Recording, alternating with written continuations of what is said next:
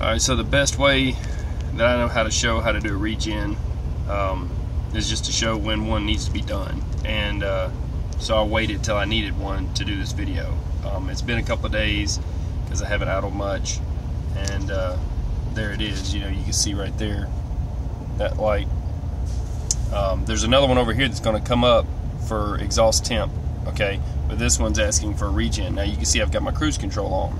Alright, so for that you got to come up here and you got to hit the on off button on the cruise control, and that light will go out. That kills your cruise control because you can't do regen with it on cruise control. Alright, and then what you're going to do is you're going to just basically come down here to your switch, regen switch, and I'm going to show how it works best as I can. I'm going to have to, you know, pull the camera back here a bit and to show the whole picture. You're going to have to see whenever I hit this button down here, I'm sorry, this button down here, that light up there is going to go out and it's going to change. Alright, what I'm going to do is I'm going to hold it in for a few seconds and then just let go, and then I'll zoom into the, or pull my camera into the dash, and I'll show you what it does. So I'm holding this in, listen for the rev on the engine. There it is. Just let go. The engine revved up. The light went off, but it's going to blink to let you know that it's operating under regen, and then that is going to blink to let you know about engine temp.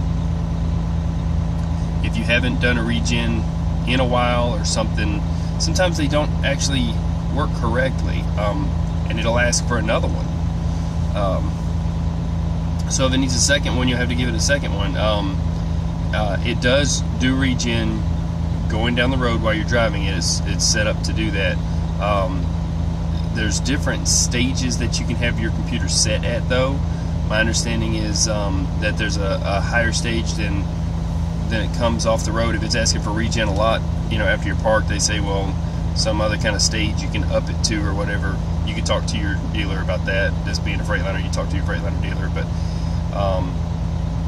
the mechanic told me about that.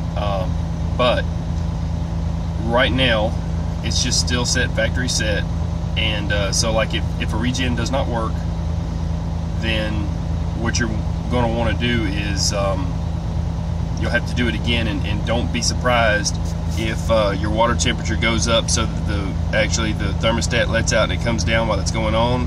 You may notice, you know, a little bit of an increase in the temperature, and definitely exhaust temperature. If the exhaust temperature light stays on, you know, don't freak out. The whole system is set up so that it will shut itself down in the event of any kind of a problem with overheating. But it's just a warning. The exhaust temperature light is just a warning. This light over here, right here, it's just a warning to let you know to keep people or animals away from the exhaust side of the truck, from touching it with their hand. Even the heat shield can get kind of warm, but that the whole system is hot. The older trucks were a different type of regen. Some of those smell pretty bad whenever you're, you know, especially yard dogs. You want to stay out of that vehicle while that's going on. These certified clean diesels, a bit different, you know, but if you got a yard dog and you want to learn how to do regen, that's why you're here watching this video now. It may be a toggle switch on yours, and it may be where you have to switch it on and then switch another toggle switch up to regen and hold it up for a few seconds. That's the way the older ones were set up. But basically this should last for 10 to 12, maybe 15 minutes, if the DPF filters aren't, you know, full of soot that it's feeling like it needs to clean out. It's got a sensor that somehow tells it how long it needs to regen. Some are longer. So that's why I said if one fails and it asks you to do it again, now you're not supposed to move the vehicle while you're doing this. You're supposed to this is a parked regen. So let it do its job. You know, you don't have to worry about it, but whenever it's done, the idle will kick down.